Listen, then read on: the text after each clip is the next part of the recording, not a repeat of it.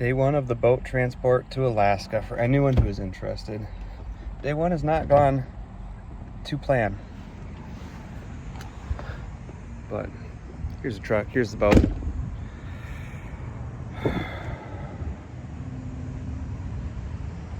I weighed the truck today. It weighs just shy of 10,000 pounds. It'd probably be just over with a full tank of gas. Had about half a tank in it when I weighed it. Let's unlock it here.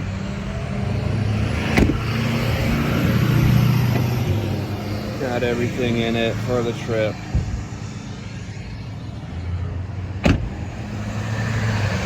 The unexpected thing today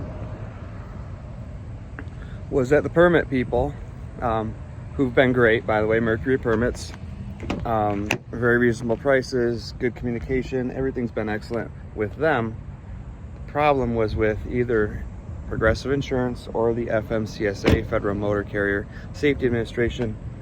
For some reason, they did not have my insurance on file. I am insured. I'm fully commercially insured. I just literally paid $5,045 2 days ago to pay off the remainder of the year in insurance. And everything was on time. I did everything right, but it was not recorded properly for some reason. And I think that's related to my name change. So I added the DBA of Sidco, short for Send It Delivery Co. All right. I did that all properly. I got the documentation done through insurance, everything else. Yet, for some reason, that documentation did not go through to the Federal Motor Carrier Safety Administration, and therefore, my status as a carrier was set to inactive, which means I cannot transport this boat. So all I did today was move the trailer. The boat's already on it. There wasn't much I could do about that. But this is not any part of a paid service, so this is a personal thing, really, to get my trailer inspected and get a DOT sticker put on it. So I moved the boat within Metro Detroit just because that was what was necessary to move the trailer to do what needs to be done with the trailer and get it inspected. The customer is not happy about it, understandably so. There's already been a few things that have taken longer than necessary, or I should say longer than expected. I've actually done them as quickly as possible. One was to get a trailer with electric brakes on it. It's not the norm for boat trailers because most of them go in the water and therefore they have hydraulic brakes. But for transport through Canada, I actually just remembered vaguely, I remembered specifically, I just remember it right away, seeing a comment thread on UShip a long time ago, or a question thread, I should say, where the person mentioned, I need electric brakes to transport through Canada, and surge brakes, so the common hydraulic type of brakes on trailers, will not work. I looked into that. It was true for a transport of this size. I actually had to acquire this trailer and then have everything gone through and a few things replaced on it. Got new electrical boxes, wires gone through, brakes all checked out, lights fixed or added, license plate light. So that obviously took a little bit of time, and so the customer understandably was already not happy because he's in Alaska and his boating season is dwindling away. And then today there was this other issue. This one had nothing to do with me at all. It was, I still don't know if it was the insurance or if it was the FMCSA, but somewhere that documentation got lost in the process, which I set in motion correctly. So long story short, here I am in Detroit, going to spend the night just in my truck. And it also pushed me back because I was all set to get here and get this trailer inspection done today, not tomorrow. But with the time that I spent along the drive, pulling over and making phone calls and taking phone calls to figure out what was going on and why my status was inactive, I got here after 5.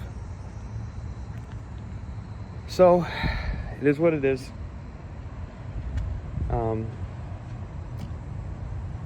Not a very exciting start. Actually kind of discouraging. It's always challenging, but sometimes ends up being a good thing to just be dead in the water, so to speak, for a little while. I don't really feel like just hanging out around Detroit. It's super hot. It's like 90 degrees today. Cooling off a little bit now, but still hot. I don't feel like sleeping in the truck. You know, I don't mind sleeping in the truck when I've had a full day of driving and really got somewhere and it's getting to the end of the day and I'm tired. But when it's just 4 hours till I really am gonna feel tired. And I mean, I actually feel tired. It's been a long week. It's been a long day. It's been a long 10 years. But these things happen sometimes, and it doesn't mean necessarily that you're doing anything wrong. One of my best experiences was hitchhiking across Canada with one of my best friends. It was something we did just for fun. Like, it was not because we needed to. It was the exact opposite. Is because I spent a lot of time convincing him to, just for fun. And more than just for fun, but because I felt like it would be a good exercise in faith and being present, mostly faith. And that had an experience with hitchhiking already. And anyway, we decided to get a bus from Jackson, Michigan to Sault Ste. Marie, and we used Greyhound. Don't think there's really any other option. And there were multiple. Maybe there was just like one layover, whatever they call layovers with buses. And it was in Lansing, like 45 minutes max from Jackson. And so we get there and there's been a delay. And we have to wait like 24 hours or more to get the next bus. And it feels really discouraging because we are literally 45 minutes into our trip. And we made the best of it, and we went, visited my aunt and uncle who lived in Lansing. We hung out at MSU around the campus. We played around on like the giant table and chairs that they have there. I guess you kind of have to be there. We climbed trees. We had a good time. We walked around. We checked out all the awesome houses. And then the timing for the rest of the trip was just spectacular. We had some incredible ways that timing aligned better than you could ever have imagined. And I'll probably tell those stories a different time, but it was absolutely an exercise in faith and an affirmation of faith. Just the way that some of the chance meetings, we got picked up. I won't tell the whole story, but we got picked up while hitchhiking a minute after putting thumbs up. One of the earliest moments that we had thumbs up, like 30 seconds. I think it was literally like I put my thumb up, I looked away, I looked back, and vehicles were pulling over and somebody's saying my name. And I'm like, who do I know in Canada?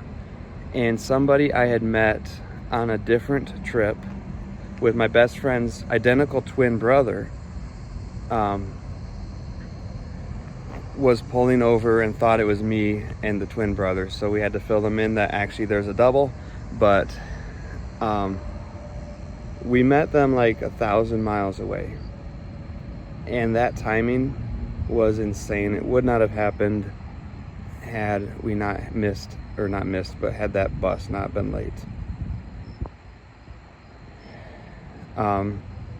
Another crazy thing that happened, we connected up with a couple other people who were hitchhiking. We got separated, and then thousands, like I guess 1,000 miles away, thousands of kilometers away, we ran into them again by chance on a busy city street in Winnipeg, I think.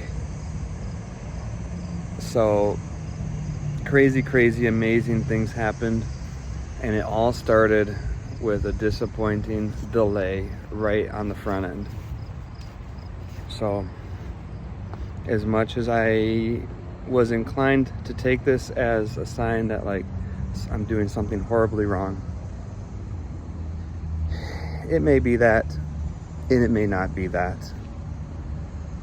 It's day one. I think what I get out of this, like what I really get out of this, is that I need to be okay with being alone with myself and alone with my thoughts for a few hours in one evening, which is hard sometimes, actually. And I need to be okay with just being okay. I'm not hungry, I'm not thirsty, I just ate my second Taco Bell burrito that I bought today. I have water, I have a place to sleep, even if it's not a place I'm looking forward to sleeping. I'm not in immediate physical danger, no part of me is in extreme pain. So often I forget to be grateful for those very basic facts. And I think this is a chance to realize that in this less than ideal situation, I should still feel very grateful. And the fact that I don't is something that I need to thoughtfully consider.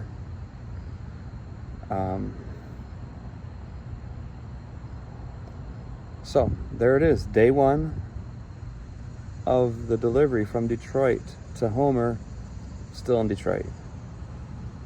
So let's see what, in theory, I'm not going to make any progress on this delivery for 4 days, because that's how long it's going to take for the FMCSA to actually update my paperwork in their system. So in theory, the next couple days are probably going to consist of me putting this boat in my storage, transporting it a short distance again within Michigan. I do have the oversized permit pulled for Michigan, but I'm still inactive in FMCSA's system. That's incorrect, it's not right, but it's still the reality, and I think that there's a little bit of risk there. I think that most reasonable people, when hearing what happened there, would not impound my equipment, especially since I'm still responsible for the safekeeping of this boat.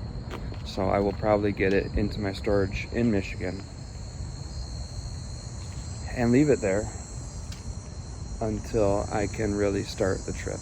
And I'm just gonna say, if anything happens, if I get pulled over, here's what happened.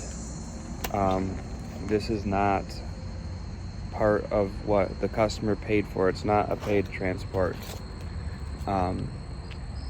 It's just me putting this boat into a safe place until we can get this sorted out. So I'm not really tripping over that. Not worried about that. One thing at a time, and should be on the road soon.